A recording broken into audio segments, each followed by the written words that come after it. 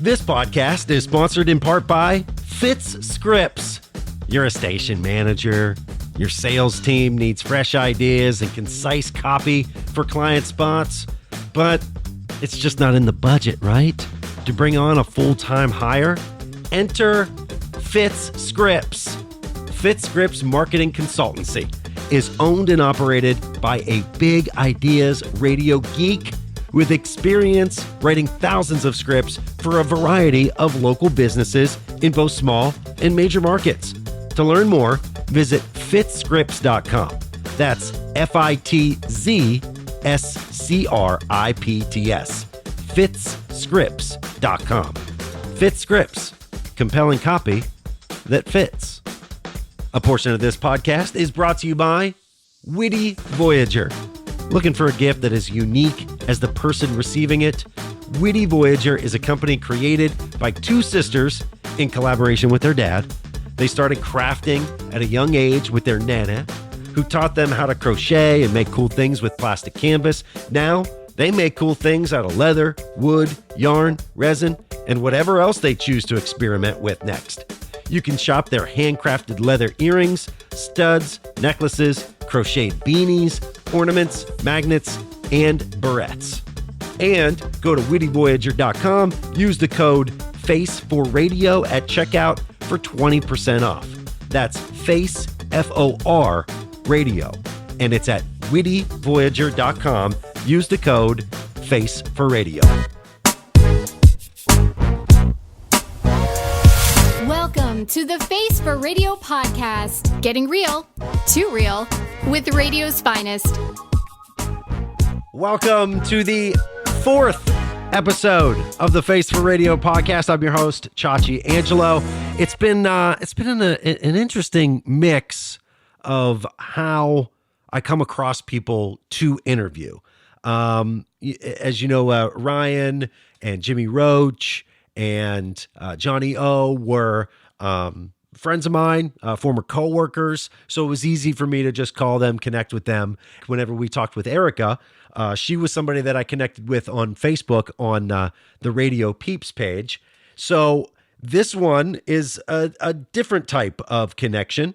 The voice that you heard do that little intro, her name is Laura Fitzgerald, and she connected me with one of her former coworkers. His name is Jim Lenaway. Now, he worked in radio, which we will talk about, but his dad also was a radio man, and this is like the years just after, I believe, the Second World War. So I can't wait to dive into this conversation. Welcome to the podcast, Jim Lenaway. Welcome, sir. Hey, Chachi, I'm glad to be here, man. So, Absolutely. Big thanks to Laura Fitzgerald for connecting us. But I guess let's just start from the beginning of the email that you sent. I mean, it seemed like your dad was really in the beginning of the rise of radio. He was. Actually, there was a big change in radio. People may remember, history that in the 20s, 30s, 40s, there were radio programs, the Amos and Andy and the Shadow Knows and all of those types of programs, which, are now historical type things. But at the end of World War II, radio changed away from being these programs and a lot of live music to records. We're starting to play these new things called vinyls, and 45s were the rage. Yeah. Kind of like CDs were 15, 20 years ago. And so as the radio stations would transition from the old to the new, he was one of those new guys, and they invented the name disc jockey, and he was a DJ. And it was, some of the stories he told were just phenomenal. So wait, your dad was basically one of the first disc jockeys, but what did he go as on the air? Well, for years, he used his real name, Ed Lenaway. Lenaway came across as Runaway all the time. Matter of fact, I still get it on the phone yet today. Runaway. Runaway, yeah. Ed Runaway. That's what everybody thought. That's a really cool name. Ed Runaway. Ed Runaway. Well, he didn't like it.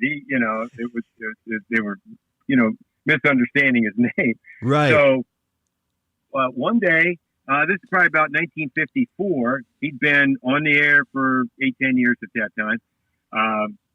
And he's standing in the grocery store in Fairmont, West Virginia. And I heard one of your podcasts earlier. You're at West Virginia. Yeah, you know that area. My sister graduated from Fairmont University. I spent many a nights that I'll never remember in Fairmont. So yeah.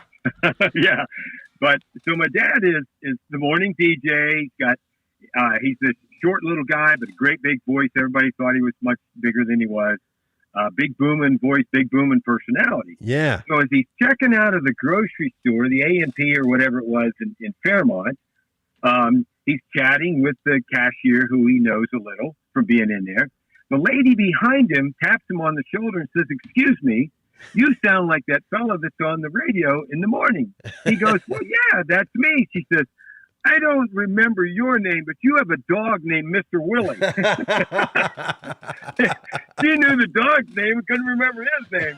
He's always telling the stories about the dog chasing cars, and that our dog had his own chair and all that kind of junk. So whenever you sent me a message saying that, like, for what, like a stretch of 9 years, he was at a different radio station every year. Oh yeah. He was one of those guys, and I think it was Johnny O was talking a little bit about him growing up in radio, and every 6 months or a year, you're going from one town to the next. Yeah. I don't remember all the places that my mom and dad were at before I was born, but he got his start in L.A., was down to San Diego, up to Ventura, California, and then I was born in 1950 in Laramie, Wyoming, and then somewhere in between they moved back to Ventura, 6 or 8 months there, and back to Laramie. So my brother and I were born in the same town, but it wasn't all the same stint. Right. An old KOWB, Cowboy Radio. Wow. And then eventually we were in Pensacola, Fairmont, Arlington, Virginia. I don't remember all the places. So your mom had to have been just an incredible woman to just be like, "Oh, okay, we're picking up everything again. Okay, we're picking up everything." I get anxiety at the fact that I might have to pack and go away for a weekend, let alone pack up my entire house again and pack up again. So of course are they buying homes at this time? Like I like the logistics of it all is just like boggles my mind. No, we didn't. We lived in apartments, right? Or rented houses, those kinds of things. And she put up with it till about 1955. Wow. And it was us two boys, and so my dad. Now at this point in time, and he worked for a variety of different people. At this point in time, he worked for a fellow by the name of Connie B. Gay. And folks that know the old 40s, 50s, 60s radio history, especially country radio, Connie B. Gay is the guy that coined the phrase country music. Okay. And a pretty famous guy. And I'll tell you more about him, but continue with the name change and everything else. When we were in Fairmont, Connie B. Gay said, "Hey, I want you to go to a new place." Well, with my mom's insistence, my dad went to him and said, "I can't be going someplace different every year. I got kids, I got a family, we want to settle down." He says, "I understand. How would you like to be the general manager of a station in Lexington Park, Maryland?" And he goes, "Oh, that would be great." So he is headed down to Southern Maryland, coming out of Washington, D.C., heading down to, along the Potomac River. Okay. And he's thinking, "I don't want to be Ed Lenaway anymore. I got to come up with a different name." And he said, but the dog's name was Mr. Willie. So Willie, I like that. That's pretty good. But what am I going to have for a first name? I don't want to be Ed Willie. Don't want to be Mr. Willie. And as he's thinking about it, lo and behold, he passes a sign just outside of Lexington Park, Maryland, that is an insurance agency, and the insurance agent's name is Willie Guy. So he says, I'm just flipping it. I'm going to be Guy Will. And he's thinking this. He's thinking it through his head as he pulls in the parking lot at WPTX, old AM radio station, Lexington Park, and walks in. Everybody says hi to him. And he says to him, oh, by the way, I never used my real name on the radio. I always go by Guy Willie. And it was the first time he'd ever said it out loud in his whole life. And so from 1955, and he died in 85. So for 30 years, he was Guy Willie. So, yeah, it says it on his tombstone. It says Guy Willie on his tombstone? Yes. It does. It doesn't say Ed quote. It says Ed Lenaway, but nobody in our town would know who it is. So underneath it says Guy Willie. Because the people that were in the building then, whenever he comes in, he's like, oh yeah, hey, by the way, I'm Guy Willie. They don't know any different. It's not like they don't know any. It's not like they were following him on Facebook or social media. There's no such thing. Yeah. They don't know this guy. They don't know Guy Willie from Ed Lenaway. No, they don't. And so growing up, everybody thought that my mom was my real mom and my dad was my stepdad. I said, no, that's not his real name. Right. And I'll tell you something. I mean, he did his last 15 years in a little town in Pennsylvania, owned a station there. And, everybody loved him. And he died in 85, sold the station in 84. Here we are, 35 years later. I still run into people that go, was your dad Guy Willie? Oh, I loved him on the radio, after all these years. But, that's unbelievable. So what little town in Pennsylvania? The town is Kane, Pennsylvania, Kane. Okay, where's that? It is in northwestern Pennsylvania. Okay. So almost to New York State. Some of the folks may know Zippo lighters, of course, and Zippo lighters are made in Bradford. Got it. I'm about 20 miles from where they make Zippo lighters. Okay, and you're still in Kane?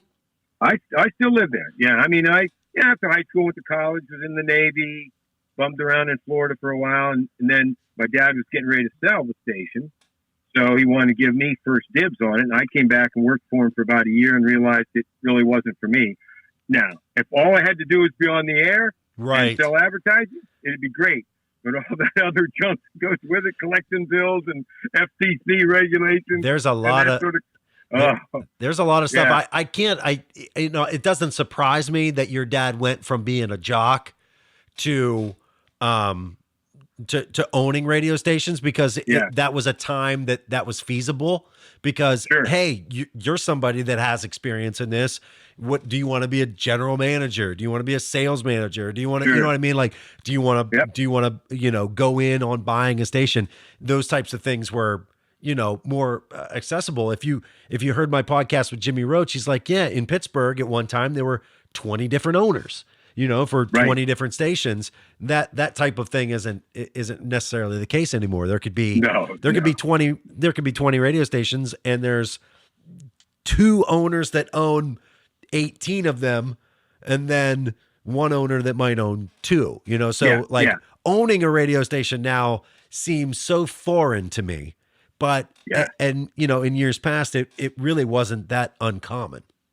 No. And my mom, who she was the business person, she took care of the books and the FCC. And, I can remember many a discussion where my mom was going, you can't write this on the log. There used to be actually hand notes on logs in the old days. She'd get after him for filling out the logs wrong. Right. It was pitiful, but that's I didn't get let go from my college radio station, but I was asked not to come back because this is my freshman year, because I had a show and it was called Under the Covers with Chuck and Angela. And Angela was the only person I could find on my hallway or in the dorm room that would have a radio show with me.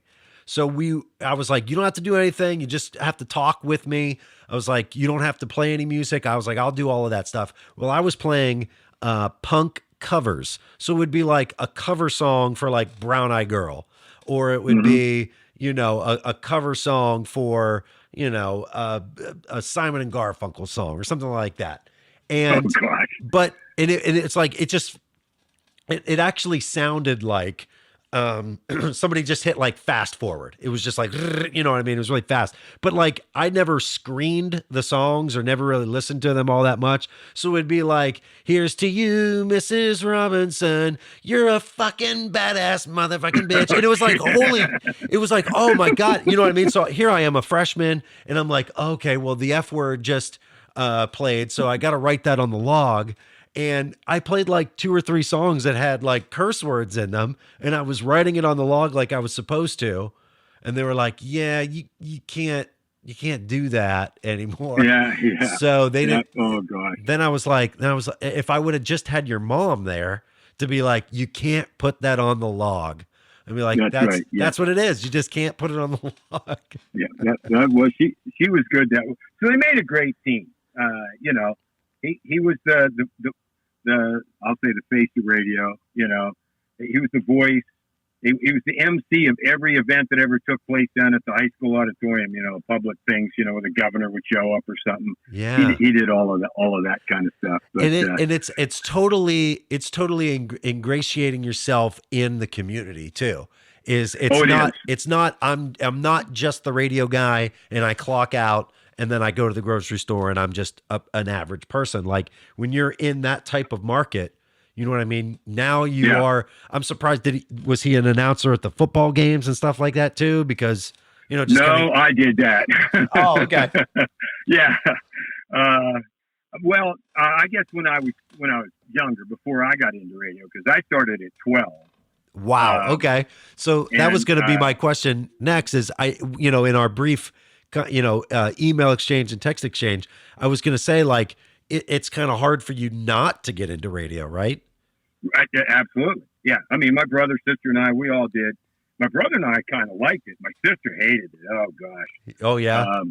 Yeah. Well, now we're not professionals. It's small town radio. People think nothing of picking up the phone and calling. If they want to call and make a request, that's fine. But Gabby was actually a decent announcer. She just was scared a little bit, and if she'd play a song that somebody doesn't like, because we didn't have like a program manager, you know, it was a half-hour country western. You played the country western, whatever. So if anybody would call up and say, "Hey, Gabby, I don't like that song. You're terrible," she would take it to heart. Oh, take it to heart. And here's how we know, because we're all doing the after-school thing. We'd all be sitting around the table eating dinner, and of course, in our house, the radio never turned off. Of course, it was on all the time.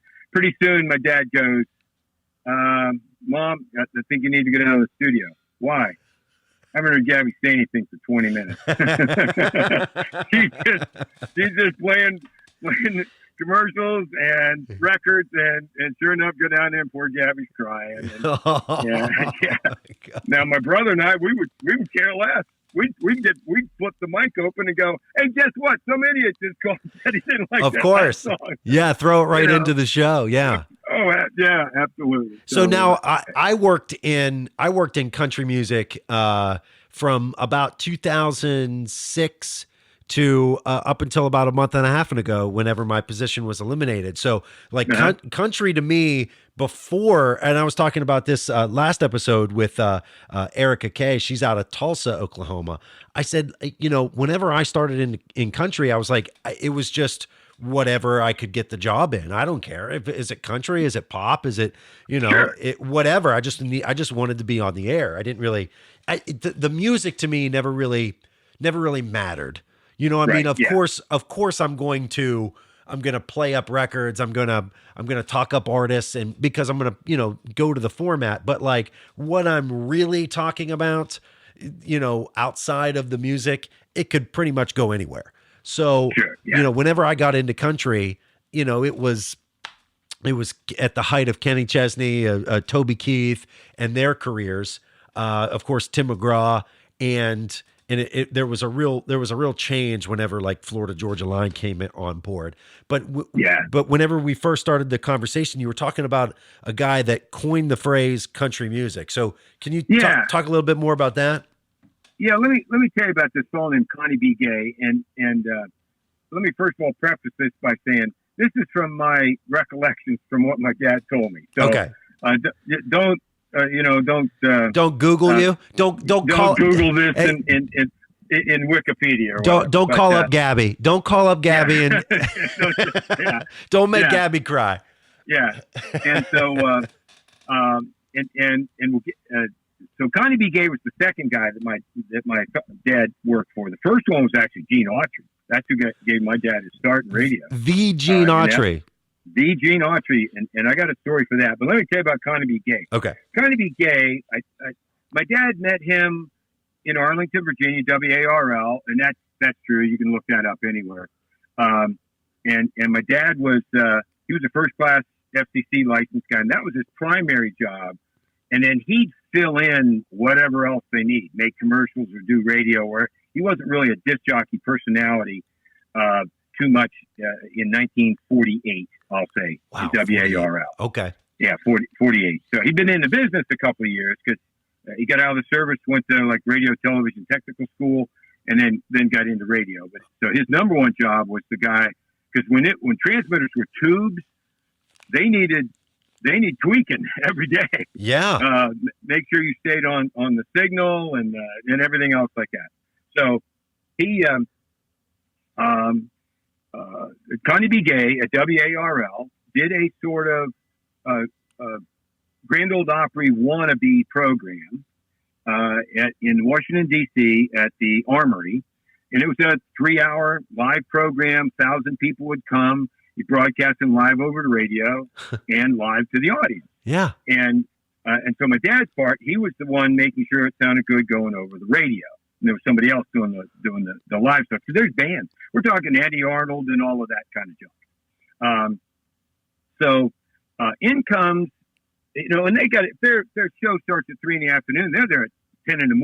Of course. Started to set up, and they got the doors open and loading and things. And this kid, 19 years old, comes walking up and says, "Hey, you need some help?" My dad says, "No, we got it." He says, "No." My dad says, "We're not hiring." The kid says, "I don't want to get hired. I just want to help out." He says, "Well, cool. Help me." So he carries the junk in. They do all the cables, and week after week, this kid keeps coming back. He's starting to get to meet the artist. He plays guitar. He's learning a few chords. He's having a blast.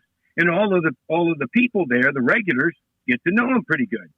So one day, the big artist, and I'll say Eddie Arnold, I don't know who it was. Now he's being introduced by the MC. The crowd's all whipped up. They're applauding. They're excited. As the guy's walking across, he's waving and looking at the audience, not paying attention to where he's walking. He trips and falls, smashes his guitar, hurts his arm. Now he can't perform. And this is live. So the poor producers going like, stretch. They're reading every commercial that they can. They go to find the band that's supposed to be on next. Yeah. Well, of course, they're out back having a cigarette and a beer. Uh-huh. And they're going, "Oh, man, it'll take us 20 minutes to get set up." So now they're panicking. And my dad says, "Hey, what about this kid that's been helping me? Why doesn't he jump up on the stage and sing a couple songs?" So the MC says, "Yeah, sure, get up here." He says, "Kid, can you do 3 songs?" He says, "Sure." He says, as he steps up to the microphone, the guy's going to introduce him. He says, "Hey, everybody, I'd like to introduce you too." He says, "Kid, what's your name?" He says, "Jimmy Dean." Oh my God. Yeah. So Jimmy Dean got his start. And, of course, the people loved him. And, we were family friends with Jimmy Dean till he got too big in TV and stuff like that. That's unbelievable. Oh, that was cool. So and he was such an excellent nice guy. And he just played 3 songs that night. Everybody flipped out. Yeah. And it was like, "Oh, we got to get him back." Connie B. Gay came and said, "I owe you one, dude. What do you want to do?" And he says, "I'll take you under my wing." And it wasn't overnight success by any means. I think he ended up being a DJ for a while and took him down to Nashville and all that other kind of stuff. Wow. But Connie B. Gay became a producer. He owned the artists back in those days. The record company and the people they owned those guys.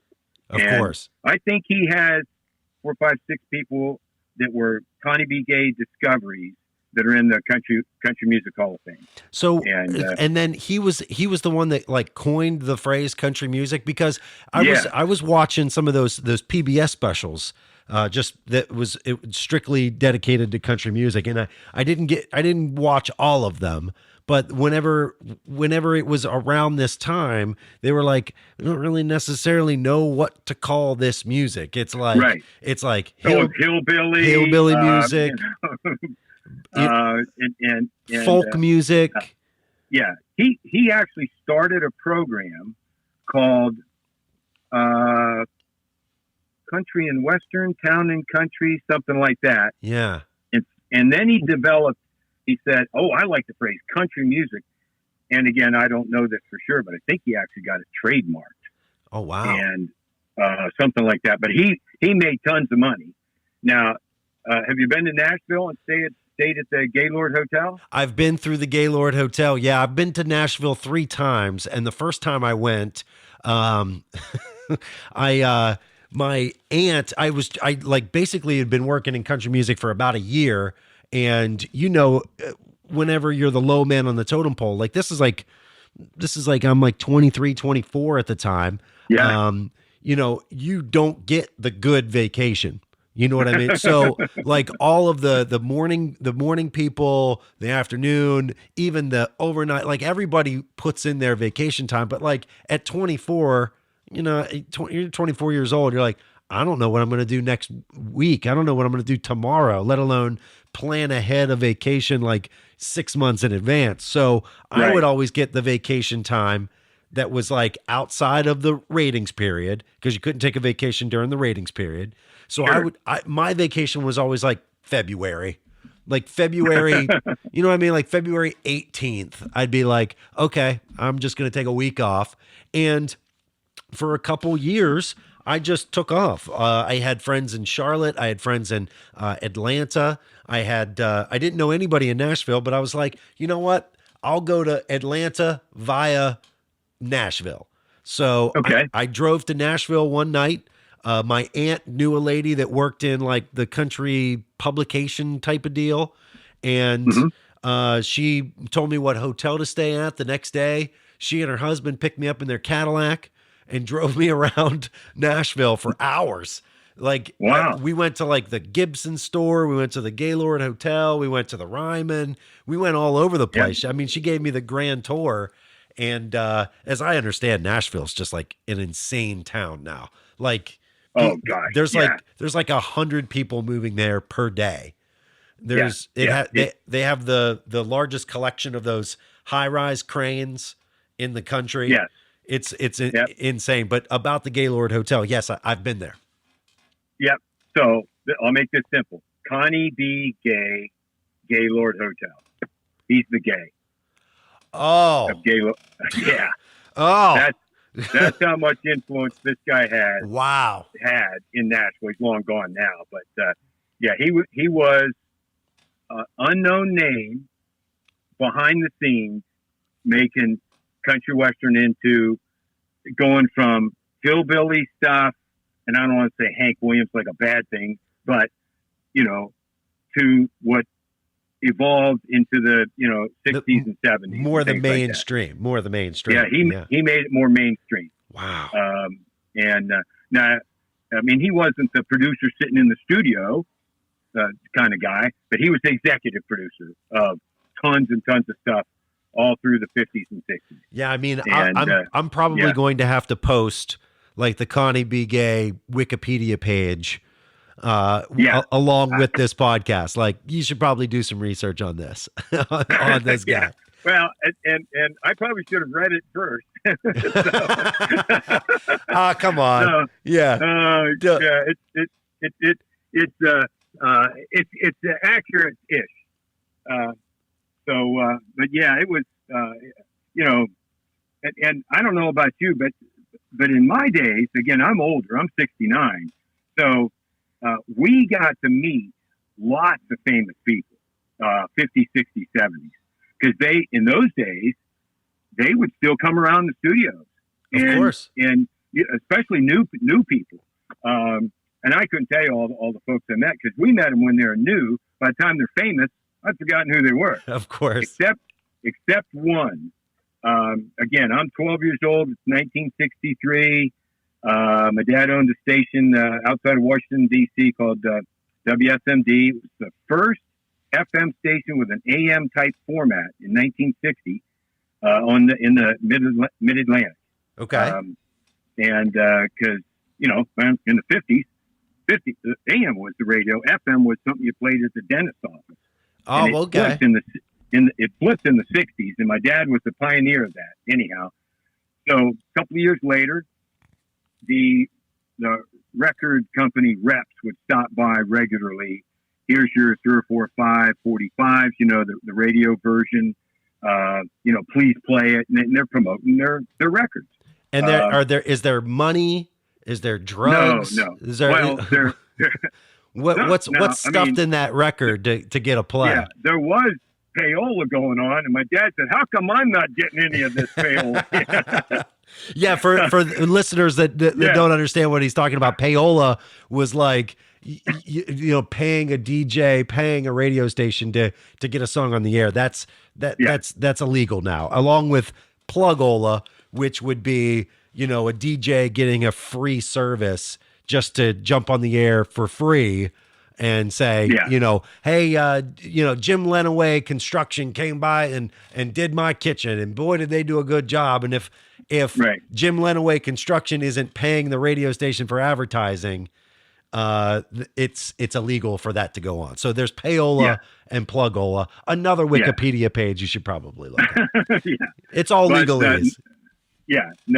No, these were guys, just giving out, I'll say, free samples, and of course saying, please play. And they would introduce them to my dad and me and other people that were there, whoever the latest artist was. It's not like these people are in every day, but like once a month, there would be somebody that's coming by. Whenever I was in Pittsburgh, these people were coming in, like you said, once a month, once every maybe 2 months. Yeah, they were still doing radio tours at that time. Yeah. Yeah. And so this was 63, and so it was very common. And I don't remember the record company. I'm going to say RCA. The guy comes by, and he wants to introduce my dad to this fella. Turns out to be Bill Cosby. We're talking with people who certainly know how to tease what's coming after a commercial break. We'll be right back to the Face for Radio podcast. This podcast is sponsored in part by Fitz Scripts. You're a station manager. Your sales team needs fresh ideas and concise copy for client spots, but it's just not in the budget, right? To bring on a full-time hire? Enter Fitz Scripts. Fitz Scripts Marketing Consultancy is owned and operated by a big ideas radio geek with experience writing thousands of scripts for a variety of local businesses in both small and major markets. To learn more, visit fitzscripts.com. That's FITZSCRIPTS. fitzscripts.com. Fitz Scripts, compelling copy that fits. A portion of this podcast is brought to you by Witty Voyager. Looking for a gift that is unique as the person receiving it? Witty Voyager is a company created by two sisters in collaboration with their dad. They started crafting at a young age with their nana, who taught them how to crochet and make cool things with plastic canvas. Now, they make cool things out of leather, wood, yarn, resin, and whatever else they choose to experiment with next. You can shop their handcrafted leather earrings, studs, necklaces, crocheted beanies, ornaments, magnets, and barrettes. And go to wittyvoyager.com, use the code FACE4Radio at checkout for 20% off. That's FACE, F-O-R, radio. And it's at wittyvoyager.com. Use the code FACE4Radio. Welcome back to the Face for Radio podcast. And okay. Now, so my dad kept calling him Bill Crosby, by the way, because Bing Crosby was still popular in those days. Of course, and your dad worked for Gene Autry, so same realm, yeah. Yeah. So he calls me over, introduces me. I'm 12. I'm scared to death. big tall guy, black guy, and we're in Southern Maryland, which, by the way, was a very prejudiced part of the country in the '60s, unfortunately. But luckily for me, my dad didn't care. He actually hired black people, which was kind of different in '63. I mean, this is March on Washington had just taken place. But anyway, so they've got this record, this Bill Cosby comedy thing, and people didn't play comedy on the radio. Yeah. So my dad gives it to me. He says, "Jimmy, why don't you go in Studio B and play that? Tell us what you think." So I go over in the studio and I'm not that adept at it. It takes me a few minutes to get it figured out. Okay, I got to play it here, run it through this pot, through the speaker, and I want to be able to hear it, blah, blah, blah. Okay. So they're out there chatting, and I finally get the record going. And about that time, Bill says to my dad, "Do you think that your son likes my record?" And as they look through, the big plate glass windows, of course, yeah, between studios, yeah, they look through the window. And about that time, I'm laughing so hard I fall right off of the chair, and I'm on the ground holding my stomach. and it was a routine he called. There's a nut in every car. For old Bill Cosby fans, I'm laughing so hard I can't breathe. My dad turns to him and says, "Yeah, I think you think this is pretty funny." So of course we played that, and I was a big, huge Bill Cosby fan for years and years, and just heartbroken over the latest stuff. But what a shame, because he is so funny. Oh my gosh. Yeah, but especially being at such a ground level of his career, where Bill Cosby, I mean, he was America's dad. He was, yeah. And you're listening to him whenever you're 12 years old, and he's like touring radio stations trying to get his record played, and that meteoric rise to the just the juggernaut that he became, and such a drastic fall from grace.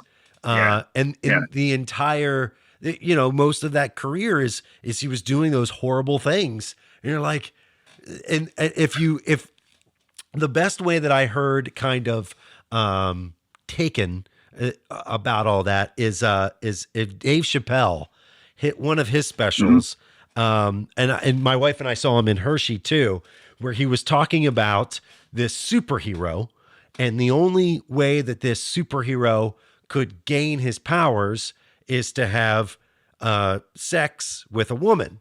And then he could go off and he could save babies and he could save cities and he could just do all these amazing things. But first he had to have sex. But he was ugly and he didn't have any money. So he had to rape so he could go and save people. And it was like Dave Chappelle trying to figure out how to rationalize in his brain how Bill Cosby was able to give to the historical black colleges and donate a bunch of money, send a lot of black students through college, but at the same time he's doing all of these horrible things. It's like, it's heartbreaking. It really is. It's super heartbreaking. Yep, it's tough, but we had a lot of fun doing all those I bet. For sure. So now that we're in December, your dad worked for Gene Autry. So is this like before he started working for Connie B. Gay? Yes. Yeah. So right out of this school, and again, I'm going to say 47, his first job was working for a radio station that Gene Autry owned. And now Gene Autry was like superstar at this time. So it's not like he and my dad were best buddies. Right. But I mean, he'd met him a couple of times. And so it was, and I don't know much about the on-air experience at whatever radio station he was at in Los Angeles. And in that time, my mom and dad got married in there somewhere. Okay. But Mrs. Autry became good friends with my mom. Huh. And knew that my mom liked to play cards and became part of the Canasta Club, the Tuesday night ladies would get together over at Mrs. Autry's house and play Canasta. And one day, Mrs. Autry comes into the ladies and says, "I need your help." I've got this song that Gene hates. He won't sing it. And she's got the original sheet music handwritten out by the guy whoever wrote the music, sets it down on the piano and says to my mom, Rita, you can play piano and sing, right? Yeah, I can. Play this song and we'll all sing it. You ladies tell me what you think about it. And it was Rudolph the Red-Nosed Reindeer. Get out of here. Oh, yeah. So the second person to ever sing Rudolph the Red-Nosed Reindeer was my mom. That is so cool. So Mrs. Autry goes upstairs and says to Gene, the ladies love it. You got to sing it. And he goes, all right, I'll give it one shot. That's it. And, and it was his biggest number one hit ever. And he did he had done other Christmas songs before that. But when they were going through all of the stacks of Christmas songs, he didn't like Rudolph. But yeah. They sucked. Do you think all the money that he made off of that song, like his wife, like every single dollar gave him that look? I gave him that look. Just like, I told you, yeah. Hey, I told you. I told you.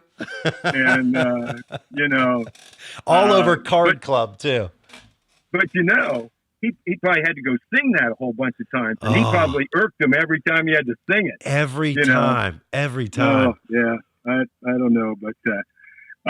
that's a good story, Jim. That's a really good story. That was, fun to tell those things like that. That is a good story. My mom had when she left Card Club after a couple of years, they gave her a gift. It was this is the days when wealthy people would give somebody like silver things. She had this silver tray, Yeah. To Rita from the Canasta Club. And every time people would look at it, she'd have to tell the story again. About playing Rudolph the Red-Nosed Reindeer. Playing Rudolph the Red-Nosed Reindeer, yeah. So we heard that story lots of times. That was a blast. Wow. So, I'm so glad that Laura connected us, man. These are some phenomenal stories. They definitely need to be told. It's really no shock to me, as you heard whenever I was talking with Johnny O on a couple episodes ago. He grew up in California, so whenever you say that your dad wasn't a prejudiced guy, it just makes sense. You know what I mean? Oh yeah. Living on the West Coast, that I mean, not saying that the prejudice wasn't there, but it was a little bit more progressive, a little bit more liberal on the coast. So and sure. And he had a lot of Mexican buddies. I mean, we were all eating tacos before there was Taco Bell. And he learned how to make it. Now, he got in trouble a couple of times in San Diego because he was in a pool club, shooting pool, 8 ball. And, these guys would be teaching him Mexican phrases. And he'd use them the next day on the radio. Pretty soon the owner would call up, hey, Guy Willie. Well, they didn't call him Guy in those days, but hey, Lenaway, you can't be using that phrase on the radio. And I'm sure he did not log that. They told it to me after a couple beers, man. I had it written down. I thought it was, Rudolph the Red-Nosed Reindeer. Yeah. And, but because he was always a town hero wherever he was at, whatever town we were in. Everybody loved him. And why do you think that is? Like that. Yeah, why do you think that is? What was about his personality that like everybody just loved him?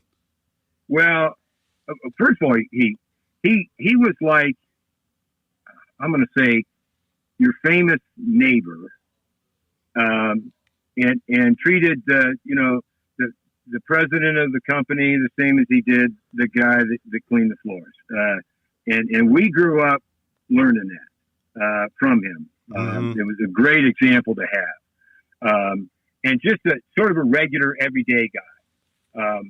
And he owned that station in the DC market, which he ended up selling to Plow Radio back in those days. And then at that point, he had a choice. Now, my brother and I, we couldn't believe that he made this choice, but his choice was to buy this small town radio station, one market, place, or he was offered the job to be the general manager of some big radio station in Honolulu. And my brother and I, we're 15 and 13 going, this is not a choice. Right. You know, bikinis, Honolulu, beach, let's go. Surfing, yeah. and so he and my mom said, nah, I think we're going to get this little station in, you know, this town of 6,000 people in Pennsylvania. Oh. And my brother, we were so disappointed. In the snow belt, too. Oh, yeah, the ice box of Pennsylvania. And, you know, doesn't even have a traffic light. You know, we got one now. So that, I mean, but still, but for him, it was fabulous. He got the cane within months. He's everybody's buddy. Mm-hmm. And he would do a weekly show down at the coffee shop, an open mic thing called the Chit Chat. He'd just be in the back table. There'd be a sign on the air, WKZA. He'd have a microphone, whatever you wanted to talk about. People come and just chat about, you know, what fish they caught or whatever thing was going on in the day. And, yeah. And he would do stuff like that. He cared about the community, and it showed, and people loved him.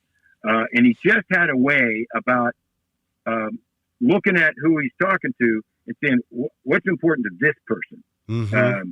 Very, very much so. And I have time for one more story. We've got plenty of time. Yeah, we could. Right. There's so many more things that I want to ask you, but yeah, go ahead. But here's my favorite story of why I was proud of my dad.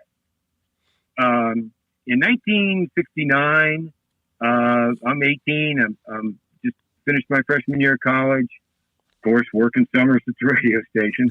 By the way, I never got a paycheck from my dad until I was about, you know, I don't know how old I was. No, but you got all the Bill Cosby records that you ever wanted. I got the Bill Cosby record. Yeah. You know, I got to eat and concert tickets and stuff like that. Yeah.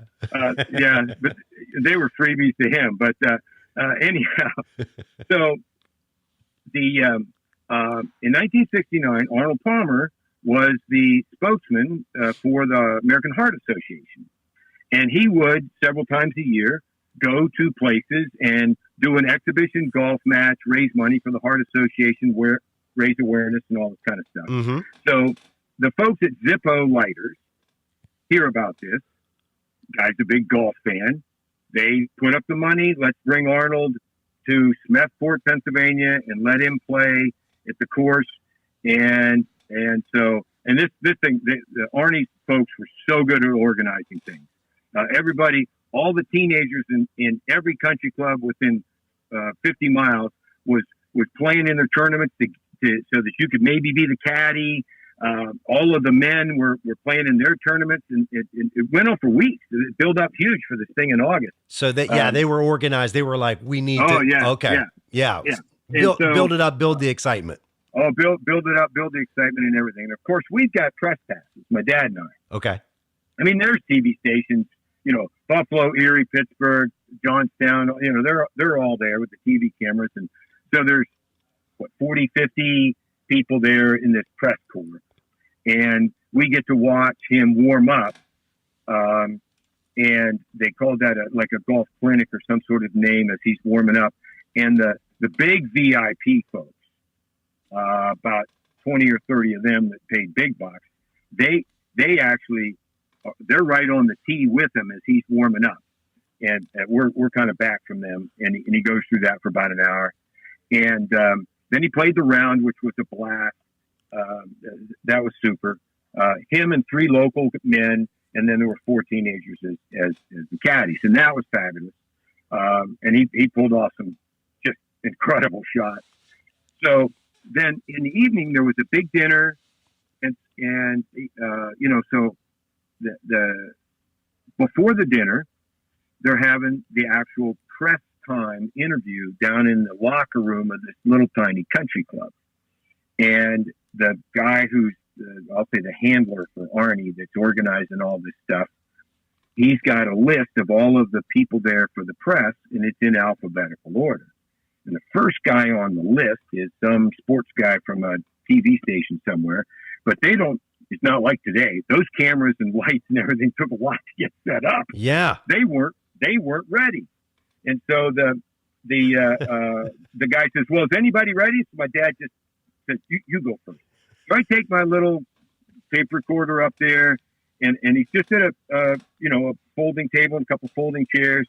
I am so nervous to be next to Arnold Palmer. I mean, it's like being next to Tiger Woods today. Of course. Right? I mean, it's, I can hardly breathe. My mouth is dry. My hand is shaking so bad. I'm pushing the wrong button on the record on the tape recorder thing.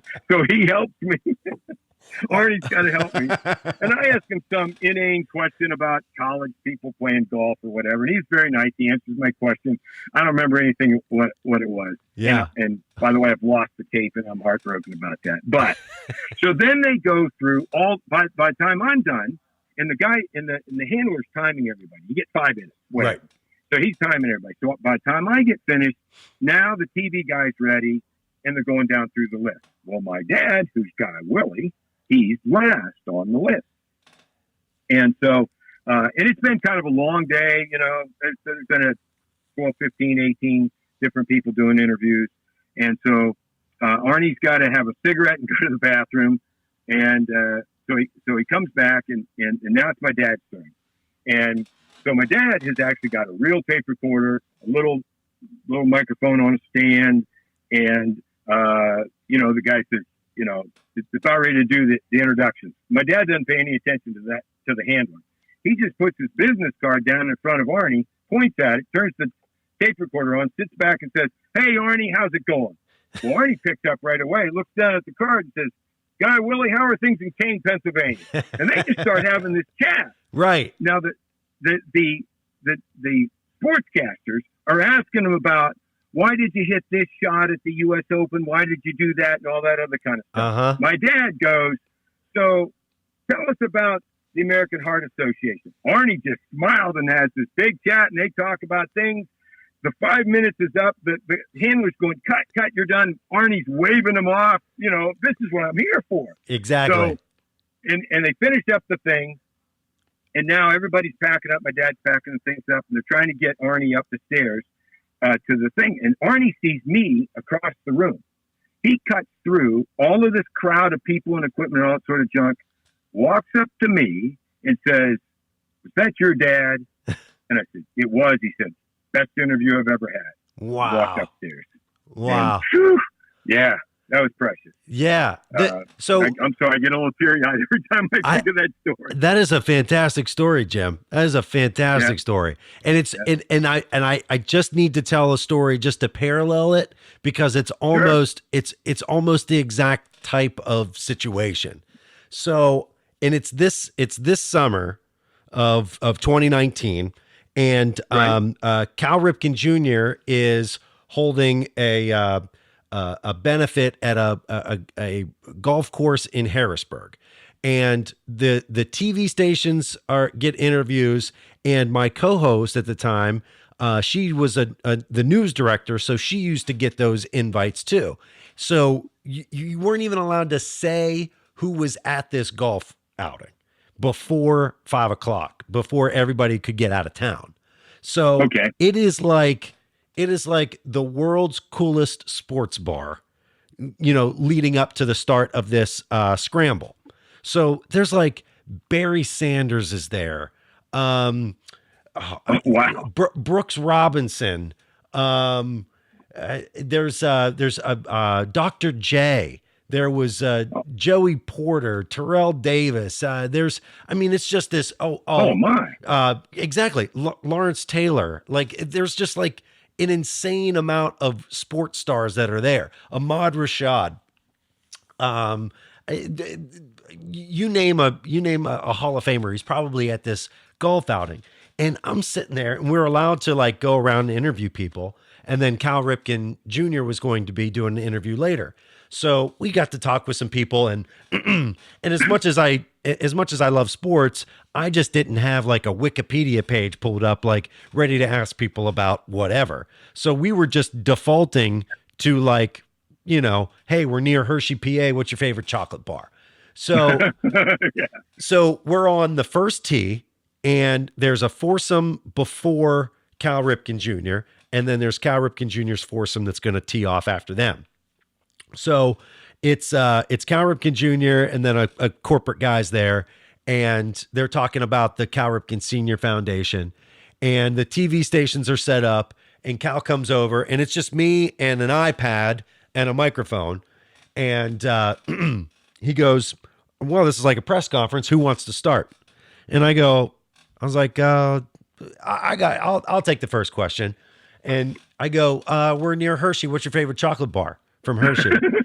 And, you could tell that, he was like, he wanted to talk about his foundation, but he also appreciated the softball question. All right, sure. Let's talk about chocolate. So he goes, I think I just like the regular Hershey Kiss. So the TV stations asked their questions about the foundation and baseball and stuff. And then I go, I knew he was a Maryland boy. So I go, just to wrap things up, Cal, if you don't mind real quick, I go, you can only pick one, Natty Boh, National Bohemian Beer, Natty Boh, or Old Bay. You can only pick one. And he's just smiling ear to ear. He's just like, he's like, oh, how could I pick one? That's impossible. They go so good together. And, so, that wraps up the press conference and it's all done. So he's like, I got to go over here and warm up. So the press is just kind of lingering around the first hole. Well, the foursome in front of them is Barry Sanders' foursome. So each athlete gets 3 guys that paid probably a ton of money to golf with him. Oh, yeah. And then Cal had his 3 guys. Well, Cal's warming up and the press is just kind of milling around, being quiet. And he's like swinging his golf club like a baseball bat. And he swung one and I made a comment like line out to short or something like that, or, pop up to left field. I forget what I said. And he starts laughing and he walks over and he goes, hey, does Hershey make the Crackle Bar? And I'm like, yeah, I think they do. He goes, I really wanted to say Crackle Bar, but I didn't want to be wrong. So I just went with the Hershey Kiss. And I was like, so now I'm like talking with him about the other guys and what they said in that question. So I'm like, oh yeah, Ahmad Rashad said he liked Hershey's with almonds and all this stuff. So, and now we've got to be quiet because Barry Sanders is teeing off. So Barry Sanders is taking forever. It's one of those long setups. No. You know what I mean?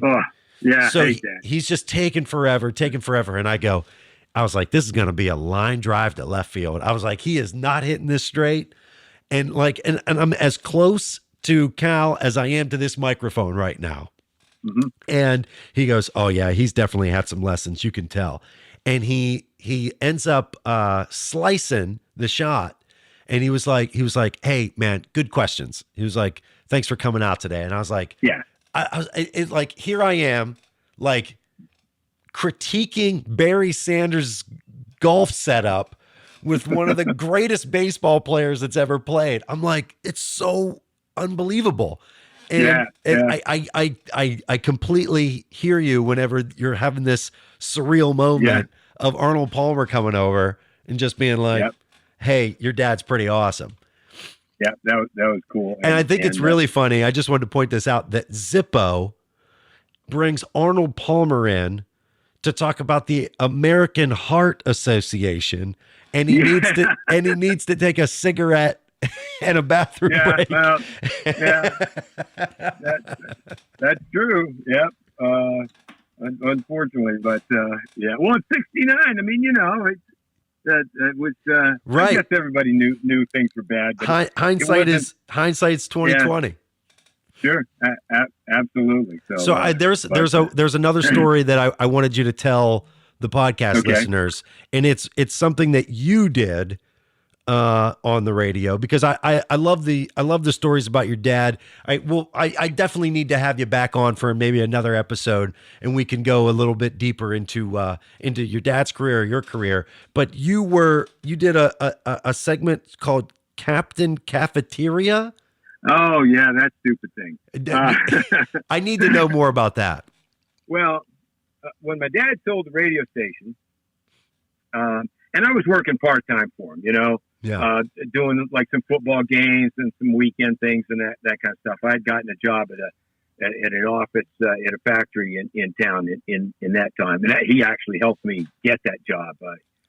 he knew the vice president down there. Okay. And so anyway, when the station sold, the new owner said, "Hey, would you be willing to stay on and do a few things?" I said, "Sure." Like, so I'm doing the Saturday morning, shift, and he comes in one day and says, "You know how now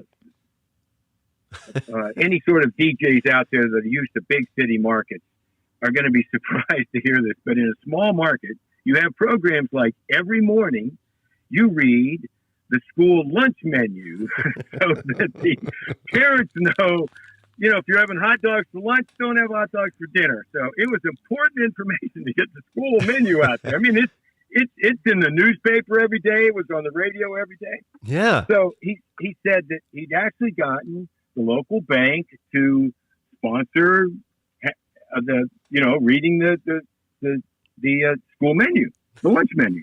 He said, "But I want it to sound a little different." He said, "So I don't, you're only on Saturdays, so they may not know your voice. So why don't you do it? And then, you just record it and I'll play it each day." I said, "Okay, fine." So we go in and read the things, and I walk out and I go, "Man, that's boring. That's terrible. This is dry. This is pitiful." So it's a good showing of your upbringing and the fact that the radio was always on, that you recognized what was boring and what could be better. Yeah. If you were just a part-time guy that was just off the street and he was like, "Yeah, just read this," you would have just read it and moved on with your life. But the fact that your dad was who he was and you knew what good radio was, you were like, you couldn't settle. Yeah, that's right. This was pitiful. So I go back in and I said, "All right, how do you make this thing do an echo?" And this was, again, let's see, what year would have this been? Probably 1979. Okay. I'm going to guess. Okay. Okay. And so anyway, so to make it echo, you actually, it's going into a tape, this reel-to-reel tape, and you turned up the volume on something. You turned up one of the other pots, and the echo was being recorded, be in effect, because it's like, I'm not sure. Like a second behind. It was like, it would be like a second behind. Yeah. And so anyway, so I'm like, he says, "Yeah, you just go like this. And the more you turn it, the more it echoes, and then you can turn it down." I said, "Okay." I said, "Here's what I'd like to do." He says, "Go for it." And I go, "Good morning, boys and girls. It's good old Captain Cafeteria." And he said, "Echo, here's your lunch menu for today." And I read the lunch menu. Well, this guy is falling out of the doorway, laughing so hard. He comes back in and says, "I love it."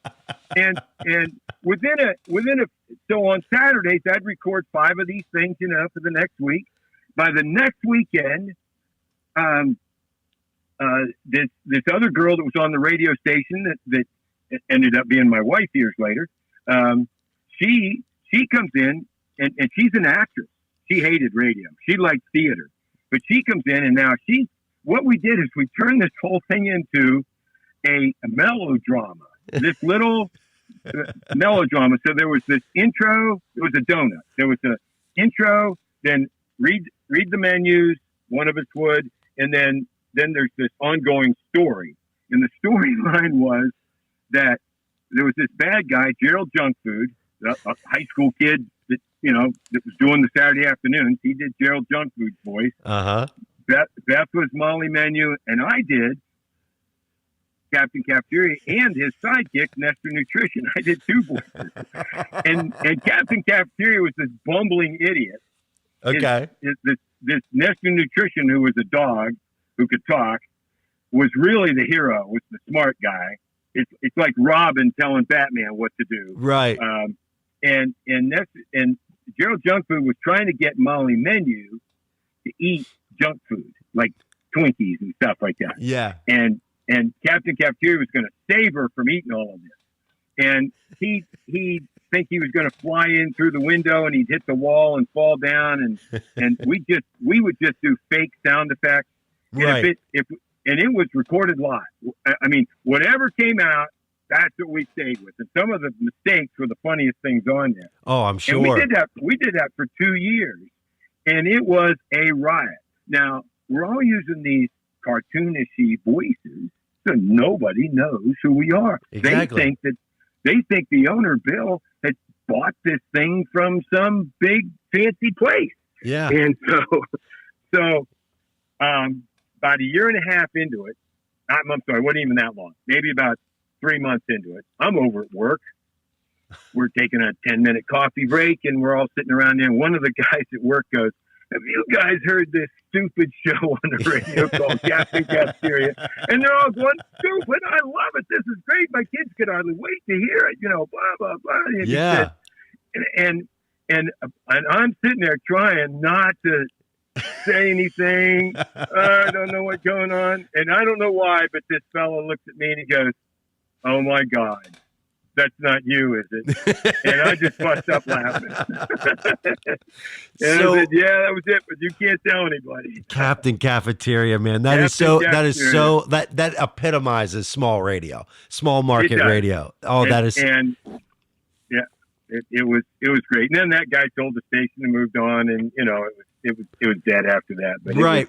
And those are the types of things. Those are the types of things in radio that like only live in the moment for a little bit, that still stick with people, that are just that was so bizarre, that was so out of the box. It was like, it took the most mundane thing that we all needed to hear and made it so much fun. So, I mean, I really I wish that I was still in radio, that I could steal that right now, because that's, you know what I mean? That's just what radio is. You just steal a bunch of stuff. Well, I got the idea from when I was in college. I went to college for about a year and a half after high school with St. Bonaventure. Drinking age was 18 in New York State, so I majored in beer drinking. Yeah. And they had this stupid rule at Bonnie's where they wanted me to go to class every day. So I didn't do real well. They finally had enough of me and got rid of me, and I joined the Navy. And best thing that ever happened in my life is getting in the Navy. But while I was up there was a Buffalo radio station. I mean, pretty big station, because, we're listening to it 50, 60 miles away. It had this thing called, what the heck was the name of that thing? It was Chicken Man. Okay. And it would go, "Chicken Man," and it was the same type of thing. So I took sort of the Chicken Man thing, Dudley Do-Right of the Mounties type deal, my own goofy voice, and I kind of stole the idea from Chicken Man. Right. It was not it was not 100% original. Just changed the names to protect the innocent. But yeah, stole things like that. And you ended up marrying Molly Menu. I ended up marrying Molly Menu, and and you just had an anniversary, right? We did. Well, yeah, we were married 37 years. Congratulations. And I got to tell you, though, thanks. Of course, when we're doing the radio thing, and I'm got to get my year straight here. That had to be 1980. Okay. And I'll tell you why I know these things, and it matters. When Beth worked at the radio station and we were doing theater together, she couldn't stand me. Oh my gosh. Yeah. I mean, she was married. I mean, she didn't like me at all. Right. I'm this beer drinking, cigarette smoking, divorced, womanizing, horrible guy. I mean, just terrible. Just terrible. So bad that my bosses at the company I worked at forced me to go to AA. Oh, wow. And yeah. And for years that whole anonymous thing was so precious to me. I didn't want anybody knowing anything. Eventually I ended up being the AA spokesman. But AA, I didn't warm up to it a lot at the time. I had a coworker that was my sponsor that would take me. But there was just this weekend where, I mean, I don't remember 5 minutes of the whole weekend. And I got up on Sunday morning and said, my life it's a mess. I got to do something. I mean, AA's not working. My ex-wife, my kids, they hate me. They're going to fire me at work, blah, blah, blah. And walked into a church and sat there and heard this message and said, well, first of all, it was completely different than I'd ever heard before. Because I always thought God hated me, and I hear this message that, no, God loves you no matter what. And I went, not me. And, yeah, he does. And it just, I mean, I'm one of those guys that transformed my life. And after that, then I wasn't, of course, it took me a while to quit drinking, quit smoking, and got serious about AA. And so then about 6 months later, and in the meantime, while this is going on, Beth ends up getting divorced. And doesn't have anything to do with me. She lives in another town. Okay. So, okay. But then she gets a job near where I live, and I bump into her one day. She said, "How you doing?" I said, "Good." I said, "Let me tell you what happened to my life." And she went, "Wow, that's great." And I said, "You wouldn't want to go for a cup of coffee, would you?" Next thing you know, now she likes me. I was a nice guy after that because I'm dashingly handsome. Right. I mean, it was just the addiction and the cigarette smoke. Yeah. Oh, that's terrible. And it's funny. I just was in I host 12 Steps for Christians weekly meetings now. And I was telling these guys, a new group just started last week, and I said, that making amends, having to go back to my ex-wife and kids and apologize for those rough years, man, that was tough. Woo, I bet. Oh, that was brutal. So are those types of programs all over the country? Like if people are listening right now and they wanted to learn more about that type of thing, I know that that AA is everywhere, but AA is there, of course. Yeah. I'll tell you what I hear about, and I've been I don't want to say guest speaker, but I've come and told my story at a thing called Celebrate Recovery. I don't know much about Celebrate Recovery, but they're held in churches, and they're a faith-based 12-step for anybody. Okay. And I was so impressed with this because some people have drink problems, some people have drug problems. That's easy. But what if you're into watching too much TV, or you're not a good enough husband, or everybody's got all kinds of stuff. There's a whole litany of things that could be problematic for you. Mm-hmm. Overeating, and whatever it happens to be. So these are social media. Yeah. Well, that's a bad one for me. I love Facebook. So I came and I knew one of the guys that went there. He was in one of my groups, so I came and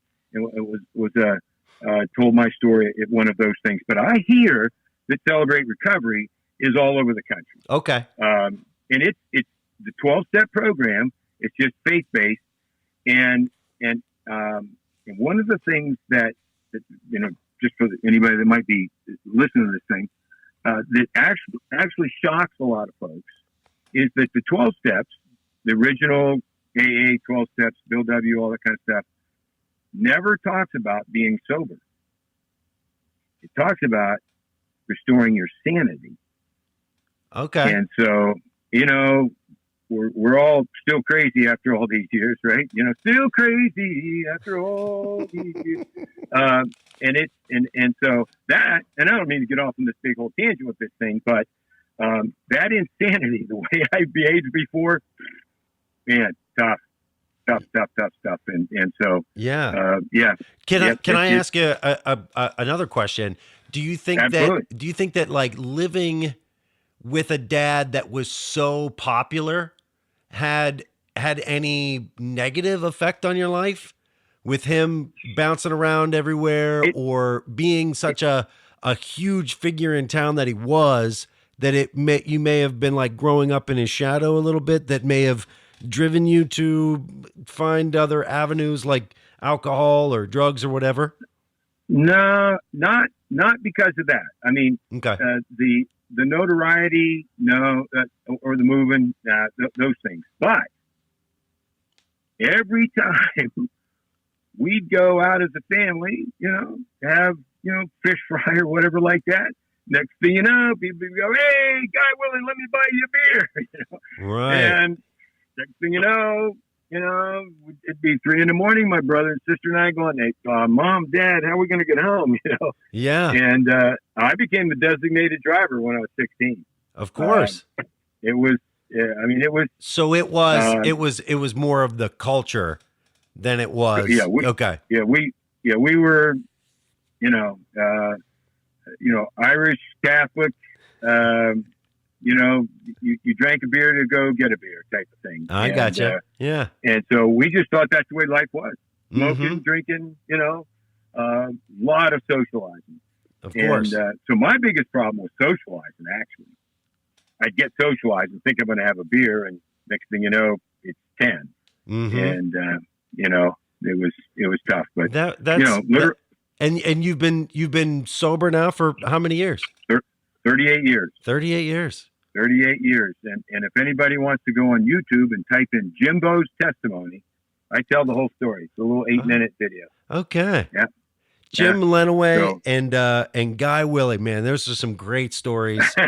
And I'm glad to hear that you've been in a good place for a lot of decades now. And it sounds like you've got a really strong woman there to by your side. So Beth has been tremendous. Without a doubt. So fantastic. Yep. Jim, I can't thank you enough for joining me on the Face for Radio podcast, man. These are some really, really great stories. Yep. We'll definitely have to have you back. Yeah, man. This is I'm glad that you were able to go down memory lane a little bit with me this evening. This is great. Yep. Oh gosh. It's been a blast chatting with you, Chachi. And I listened to your other podcast. And I was fascinated to listen to what those Johnny O and those other guys had to say. It was tremendously entertaining. Yeah, it's funny because radio is something that we all live with, but you don't necessarily know the stories behind the people that are putting it on and the whole organization that goes on behind it. So I appreciate you pulling back the veil for the listeners, and we'll hopefully have you on again. This has been fantastic. All right. Anytime, Chachi. Thank you, Jim. Yep. Bye-bye. Bye-bye.